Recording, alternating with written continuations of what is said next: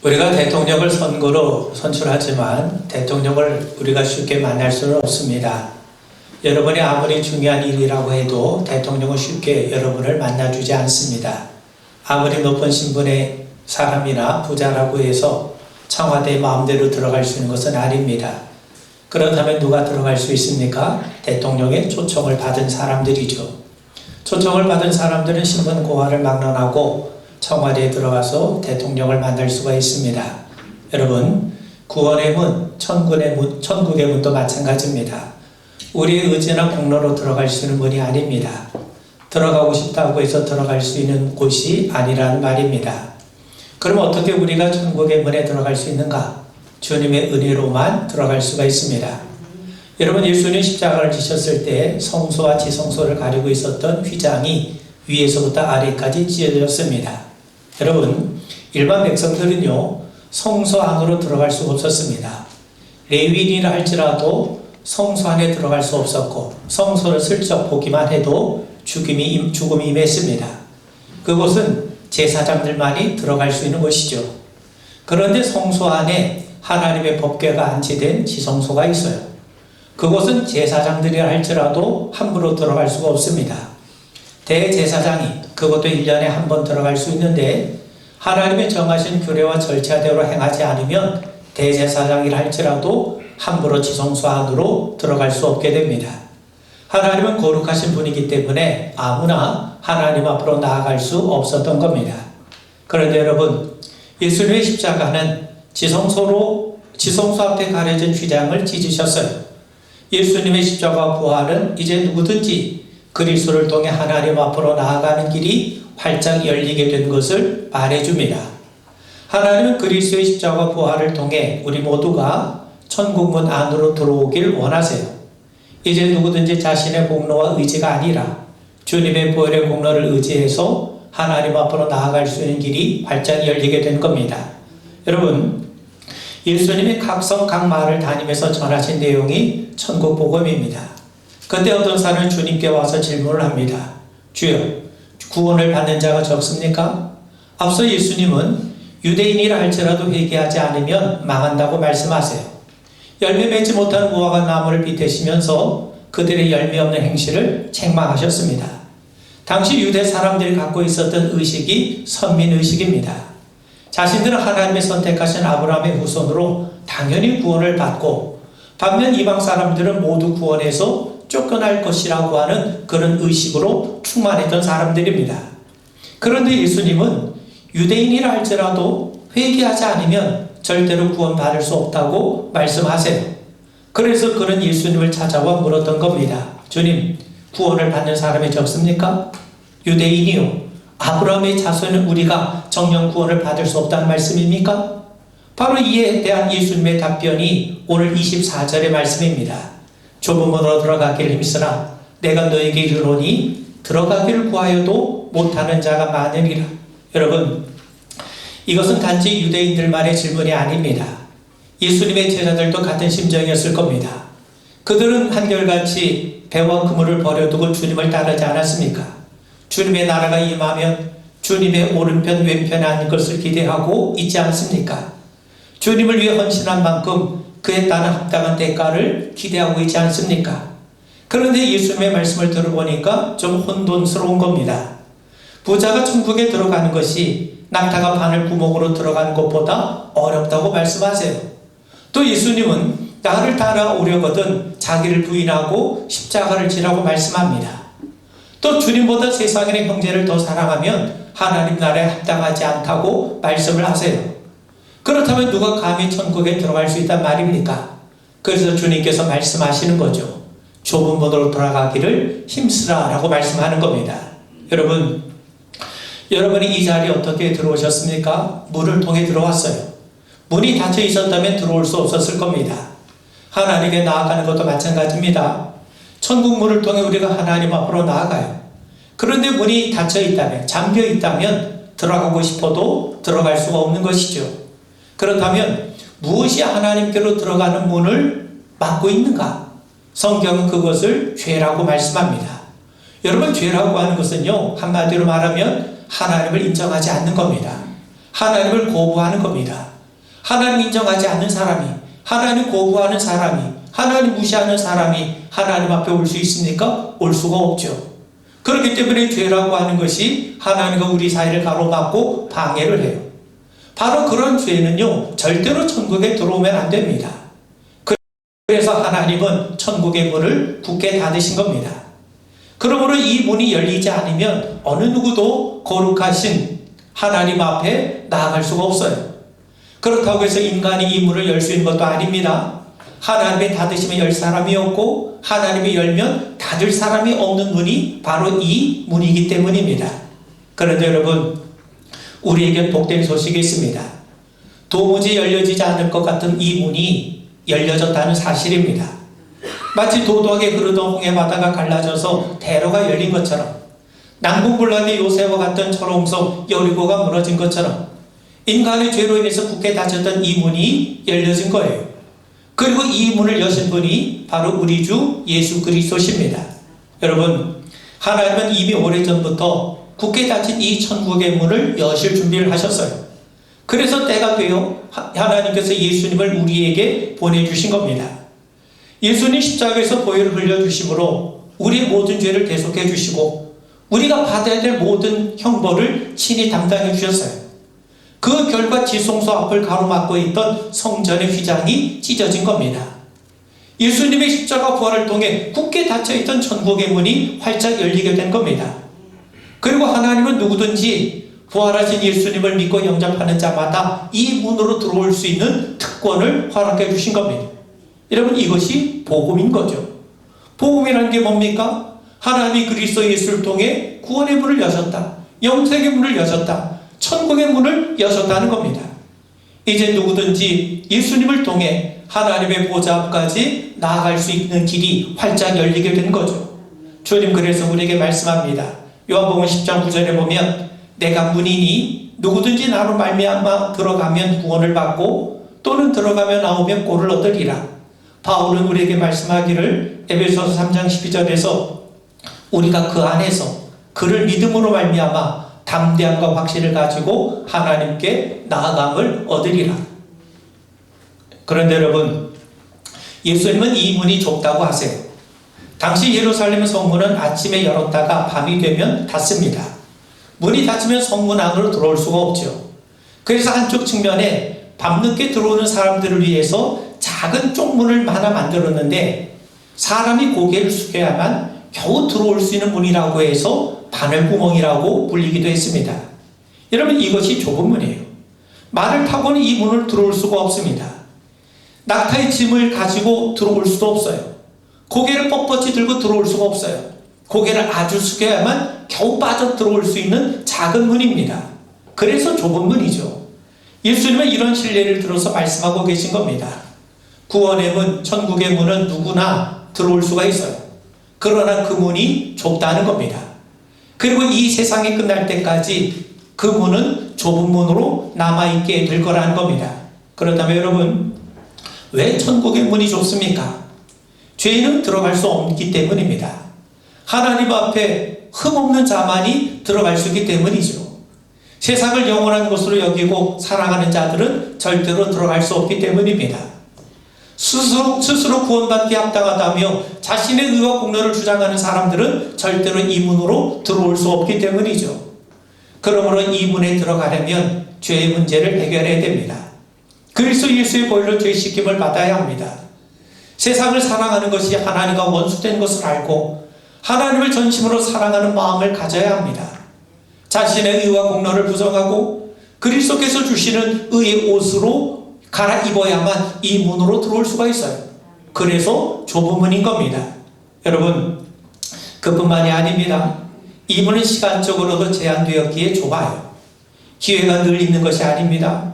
항상 문이 열려 있는 것이 아니죠. 한 번 닫히면 다시는 이 문은 열리지 않습니다. 여러분, 우리가 죽으면요, 이 문을 두드리고 싶어도 두드릴 수가 없어요. 그러므로 하나님께서 이 문을 열어놓으셨을 때 들어가야 합니다.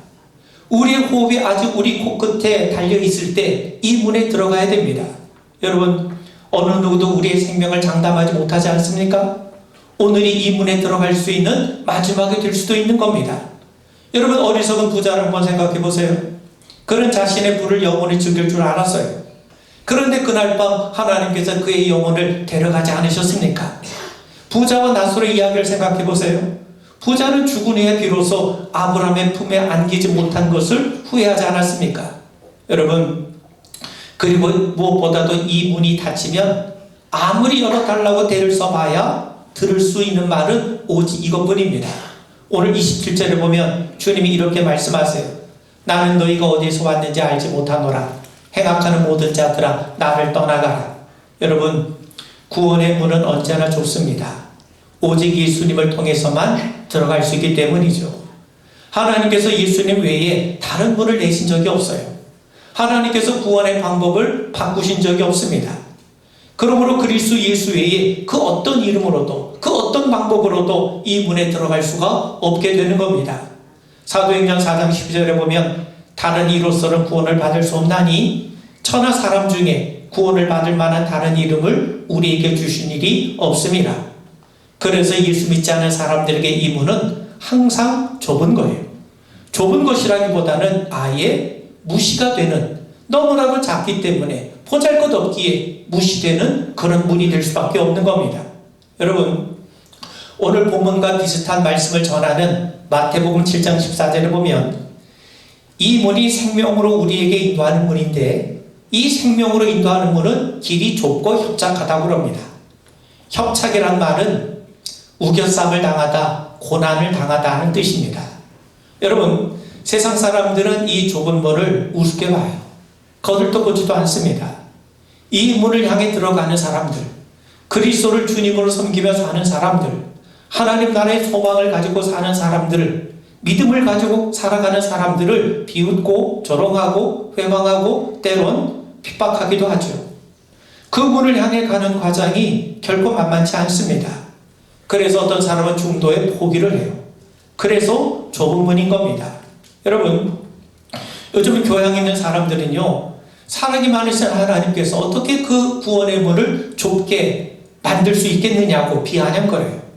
또 어떤 사람들은요, 예수님 외에 왜 예수님만 구원의 길이냐, 예수님 외에도 또 다른 구원의 문이 있다면서 그럴듯한 반론을 제기하기도 합니다. 그런데 여러분, 하나님께서는 그리스도 예수 외에 결코 다른 구원의 문을 내신 적이 없다고 분명히 우리에게 말씀합니다. 여러분, 구원으로 들어가는 유일한 문은 오직 그리스도 예수뿐이세요. 십자가에 달리신 예수의 보혈의 공로를 의지하는 사람, 자기 의를 버리고 믿음으로 그리스도의 의를 의지하는 사람만이 이 문을 통해 하나님의 보좌 앞까지 나아갈 수가 있어요. 이것이 바로 하나님이 우리에게 증거하신 겁니다. 근데 여러분, 우리에게 복된 소식이 있습니다. 이 문이 아무리 좁더라도 누구에게나 열려있다는 사실이죠. 흉악한 죄인이라 할지라도 예수님을 의지하기만 하면 이 문을 통과하지 못할 죄인은 하나도 없다는 겁니다. 왜 그렇습니까? 이 문을 여신 분이 이렇게 말씀하고 계세요. 요한복음 6장 30절에 보면 예수님이 뭐라고 말씀하시냐면 아버지께서 내게 주시는 자는 다 내게로 올 것이요 내게 오는 자는 내가 결코 내쫓지 아니하리라. 비록 이 문이 좁지만 이 문을 두드린 사람을 예수님이 한 번도 거절하신 적이 없다는 겁니다. 여러분, 주님이 십자가를 지실 때 한 강도가 구원의 문을 두드렸을 때 주님은 지체하지 않고 그를 받아주지 않으셨습니까? 또 바울과 그의 동료 신라에게 채찍을 가했던 빌립보 간수 역시 주 예수를 믿으라. 그리하면 너와 네 집의 구원을 얻으리라. 이 바울의 말을 듣고 이 문을 두드렸어요. 이외에도 수많은 사람들이 이 문을 두드렸을 때 주님은 두드리기가 무섭게 그들을 맞이해 주셨습니다. 사랑하는 성도 여러분, 구원의 문은 좁고 찾는 이가 적다고 했습니다. 그래서 다들 꺼려하든지 아니면 무시를 해버려요. 그러나 좁더라도 이 문은 모든 사람들에게 열려 있습니다.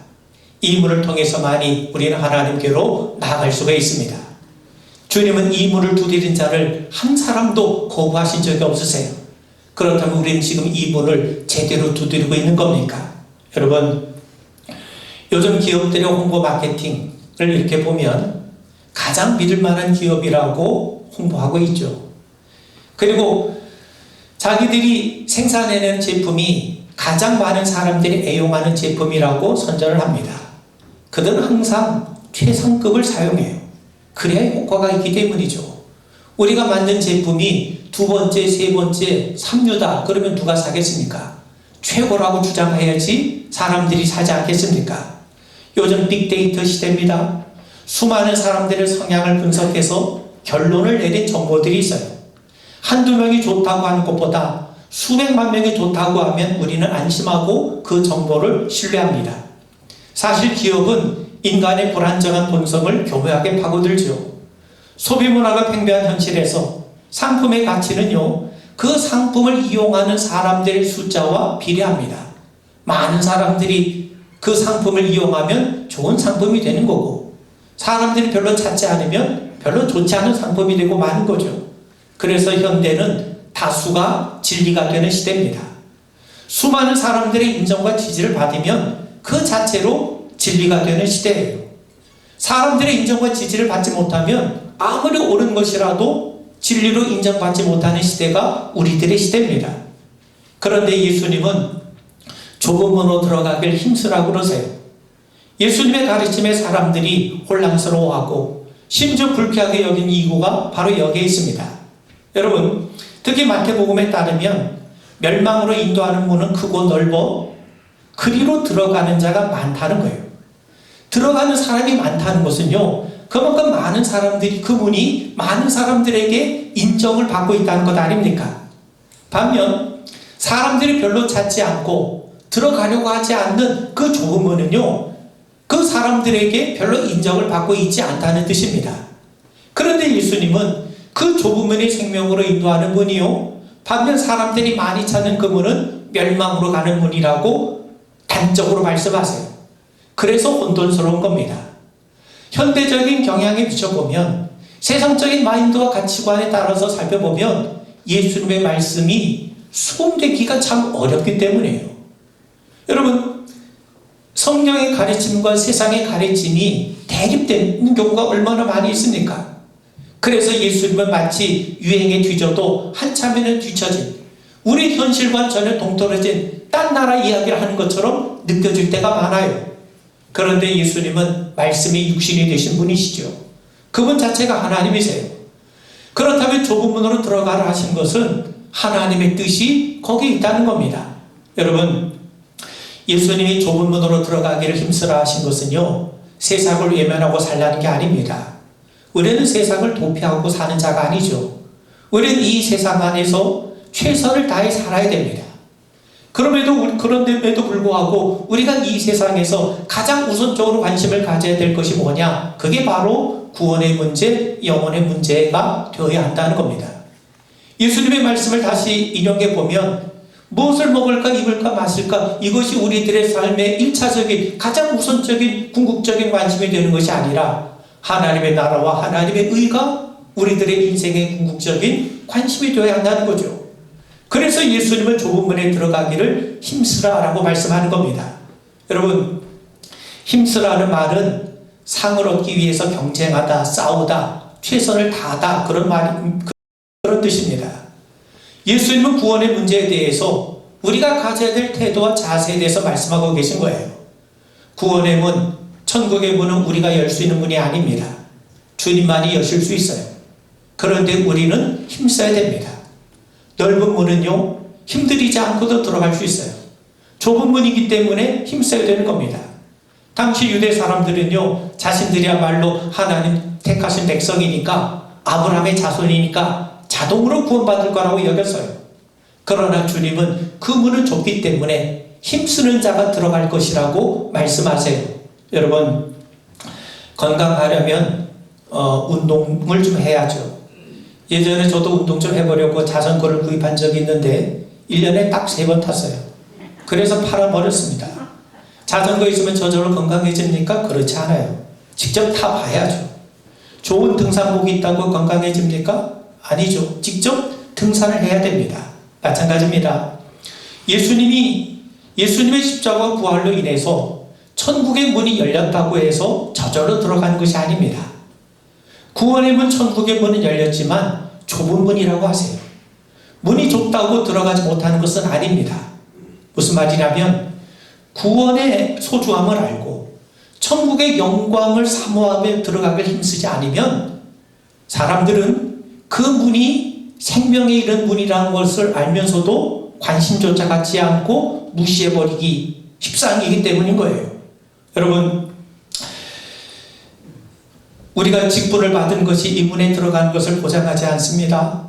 충성과 봉사가 이 문으로 자동으로 들어가게 해주는 게 아닙니다. 믿음 좋은 배우자 덕에 스리슬쩍 들어갈 수 있는 것도 아닙니다. 기독교 문화와 지식에 익숙하다고 해서 들어갈 수 있는 것도 아닙니다. 그래서 주님은 힘쓰라고 하신 거예요. 여러분, 예수님의 공생을 시작하시면서 마귀에게 시험을 받으셨죠. 돌이 떡이 되게 하라, 성전에서 뛰어내려 봐라, 또 자기에게 엎드려 경배하면 천하만국의 영광을 주겠다고 유혹을 합니다. 한마디로 말하면 십자가를 부정하라는 거예요. 그렇게 되면 십자가를 주님이 지시지 않으면 구원의 문은 절대로 열려지지 않아요. 하나님은 예수의 십자가를 통해서만 이 문을 여시기로 작정하셨기 때문이죠. 그래서 마귀는 천국의 문이 닫혀있게 하려고 3번에 걸쳐 집요하게 예수님을 시험했던 거예요. 그걸 아셨기 때문에 예수님께서도 이에 맞서 어떻게 해서든지 천국의 문을 여시기 위해서 마귀의 유혹을 힘써 물리치셨던 거죠. 여러분, 십자가를 지실 때도 마찬가지입니다. 주님은 겟세마네 동산에서 땀이 핏방울이 되어 떨어질 만큼 간절히 기도하셨어요. 이때의 모습을 히브리서는 이렇게 말씀합니다.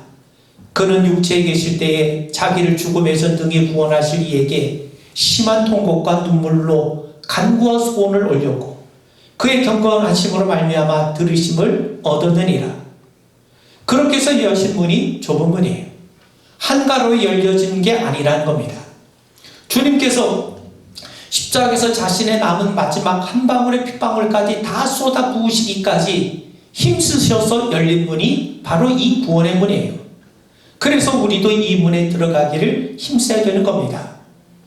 고린도전서 9장 20절에서 바울은 말씀하죠. 내가 내 몸을 저 복종하게 함은 내가 남에게 전파한 후에 자신이 도리어 버림을 당할까 두려워함이로다. 디모데후서 4장 7절 8절에 보면 나는 선한 싸움을 싸우고 나의 달려갈 길을 마치고 믿음을 지켰으니 이제 후로 나를 위하여 의의 면류관이 예비되었으므로 주 곧 의로우신 재판장이 그날에 내게 주실 것이며 내게만 아니라 주의 나타나심을 사모하는 모든 자에게도니라. 여러분, 힘쓰라고 말합니다.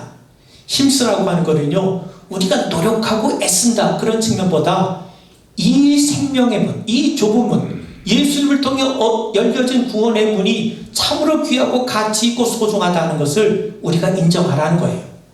여러분, 최초의 요즘 미얀마 사태가 심각하죠. 그 미얀마 최초의 버마 선교사 아도니람 저드슨이라는 분이 있는데 그분이 죽기 전에 예수를 믿으면 되지 젊어서부터 믿을 필요가 뭐 있냐 그런 친구의 말에 넘어가서 방탕한 생활을 했습니다.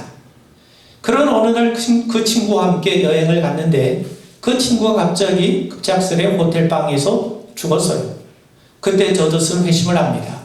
그리고 평생 버마 선교사로 일생을 보내게 됩니다. 그러므로 지금 문이 열려 있을 때 지금 이 문에 들어가기에 힘써야 하는 겁니다. 여러분, 사람들은 천한 것을 얻으려고 힘쓰지 않아요. 귀한 것이기 때문에 힘쓰는 거예요. 그렇다면 우리에게 가장 귀한 것이 뭐냐? 우리의 영혼이 구원받는 거죠. 영원한 하나님 나라를 소유하게 되는 거죠. 그 외의 것들은 세상에서 나름대로 가치가 있을지 모르지만 결국 썩어 없어질 면류관에 불과합니다. 우리가 구원받는 것, 우리가 하나님의 나라를 소유하게 되는 것이야말로 영원히 썩지 않을 면류관이 되는 겁니다.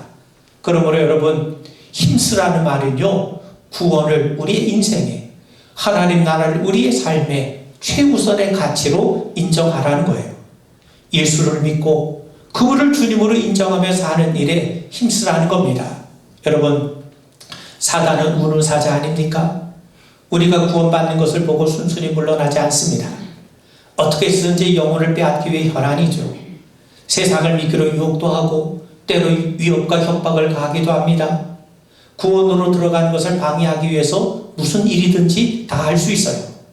그래서 사단은 세상의 일에 대해서는 민첩하고 열심을 내게 만들지만 구원에 대해서는 둔하고 한가하게 만들어요. 육체 안락을 위해서 힘쓰게 하지만 정작 우리 영혼을 위해서는 그렇게 애쓸 필요가 없게 만듭니다. 하찮게 만들어요. 여러분, 사단은 죄에 대해서 열린 자세를 갖게 만듭니다. 그게 다른 게 아닙니다. 하나님을 무시하게 되고 하나님을 경히 여기게 되면 누가 하나님 앞으로 나옵니까?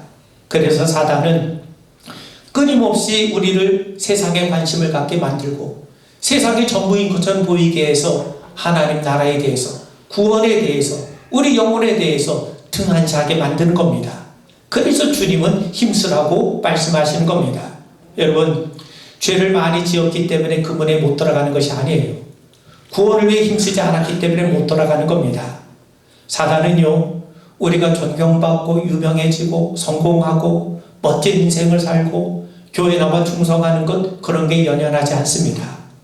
구원을 위해 힘쓰지 않으면 당연히 하나님에 대해서 무관심하게 되고 하나님의 뜻을 무시하게 되고 하찮게 여기고, 그래서 결국 망한다는 사실을 너무나도 잘 알고 있기 때문이죠. 그래서 바울은 우리에게 말씀합니다. 빌립보서 2장 12절에 보면 그러므로 나의 사랑하는 자들아, 너희가 나 있을 때뿐 아니라 더욱 지금 나 없을 때에도 항상 복종하여 두렵고 떨림으로 너희 구원을 이루라. 그 문에 들어가기에 힘써가는 우리 모두가 되길 바랍니다. 마지막으로요, 왜 좁은 문에 들어가기 힘써야 됩니까? 이 문이 닫힐 때가 오기 때문이에요. 노아 홍수 때 사람들은 세상의 일에만 분주했어요. 하나님은 노아를 통해 경고하셨음에도 불구하고 그들은 자기들의 일에만 빠져 있었던 거죠. 마침 하늘의 문이 열리고 홍수가 났을 때 방주의 문은 닫혔습니다. 이때는 들어가고 싶어도 들어갈 수가 없게 된 거죠. 마찬가지입니다. 구원의 문이 항상 열려 있는 것이 아닙니다. 닫힐 때가 와요. 이때는 주님께서 구원자 오시는 것이 아니라 심판의 주님으로 오시게 돼요. 은혜의 보좌에 심판의 보좌가 들어서게 됩니다. 개인적으로는 그때가 우리가 이 세상을 떠날 때요, 정말론적으로 말을 하면 새하늘과 새 땅이 펼쳐질 때요, 우리 주님이 재림하실 때입니다. 그때는 어느 누구도 핑계댈 수가 없어요. 오늘 본문 26절 27절에 보면 그때 너희가 말하되 우리는 주 앞에서 먹고 마셨으며 주는 또한 우리의 길거리에서 가르치셨나이다 하나 그가 너희에게 말해 이르되 나는 너희가 어디에서 왔는지 알지 못하노라. 행악하는 모든 자들아 나를 떠나가라. 이들은 아마 예수님이 오병이어 기적을 베푸셨을 때 함께 떡을 먹고 가나 혼인 잔치에서 주님 만드신 맛있는 포도주를 마셨고 주님을 따라다니면서 말씀을 들었을지도 모릅니다. 그런데 주님은 그들을 알지 못한다고 말씀하세요. 그들 행악하는 자라고 말씀합니다. 여기 행악이라고 하는 말은 거짓 불의라는 뜻인데 도덕적이고 윤리적인 의미라기보다는 하나님과의 관계적인 의미에서 불의를 나타내는 말입니다. 하나님을 대수롭지 않게 여기는 것, 하나님을 경히 여기는 것, 여러분 이게 불의예요. 그들은 외형적으로 주님의 말씀도 들어요. 주님의 기적도 체험했어요. 그런데 그분과 진정한 교제를 나누지 않았다는 겁니다. 쉽게 말하면 형식적인 신앙은 가졌지만 주님 앞에 진정으로 회개하거나 주님을 진심으로 영접하지 않았다는 겁니다. 본문의 의미를 살려 말하면 한마디로 구원에 관심이 없었다는 거죠. 좁은 문에 들어가기를 힘쓰지 않은 겁니다. 여러분, 교회 생활 열심히 하지 않은 자들이 아닙니다. 구원에 관심이 없는 자들이 바로 행악하는 자들입니다. 그들은 주님과 아무런 상관이 없게 됩니다. 왜요? 구원의 문제가 해결되지 않았기 때문이죠. 여러분, 그들은요, 구원의 문에 들어갈 수 없었던 것이 아니라 들어가지 않은 거예요. 문을 활짝 열어놓으셨는데도 불구하고 그들의 관심은 여전히 세상에만 머물러 있었던 거죠. 여러분, 주님의 말씀 중에 이루어지지 않은 말씀은 하나도 없습니다. 이 말씀도 마찬가지입니다. 하나님을 구해도 구할 수 없을 때가 옵니다. 회개를 하려고 해도 이미 때가 늦었음을 알게 될 날이 올 겁니다. 하나님이 살아계심을 알 때가 옵니다. 마귀가 불법 세력이요 엄청난 사기꾼이었고 우리가 마귀에게 속았음을 깨달을 때가 옵니다. 여러분이 보는 세상에 두 가지 구겨진 것을 볼 때가 옵니다. 천국과 지옥이 있음을 깨달을 때가 옵니다. 성경 말씀이 정교하게 지어낸 이야기가 아니라 하나님의 말씀이요 진리의 말씀이었음을 알게 된 날이 옵니다. 이때 성도들은 바울의 말씀처럼 생각하건대 현재의 고난은 장차 우리에게 나타날 영광과 비교할 수 없다다. 이 말씀도 진리임을 깨닫게 될 겁니다. 사랑하는 성도 여러분, 문이 닫히기 전에 두드리십시오. 주님이 다시 오실 때 이미 때가 늦습니다. 우리가 죽는 순간 이 문은 닫힙니다. 그러므로 지금이 중요하죠. 살아있을 때 회개하고 예수님을 영접하셔야 됩니다. 그러므로 우리는 좁은 문에 들어가길 힘써야 됩니다. 그럴 때 그 안에서 우리는 예수님이 그 자리에 계심을 보게 될 것이고 또 성령께서 우리와 함께 하시고 우리를 도우시는 것을 분명히 깨닫게 될 줄 믿습니다. 우리 기도하겠습니다. 좁은 문으로 들어가길 힘써가는 저희들 되게 하시옵소서.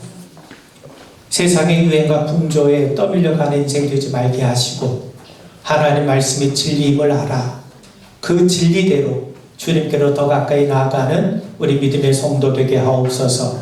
예수님 이름 받들어 간절히 기도하옵나이다. 아멘.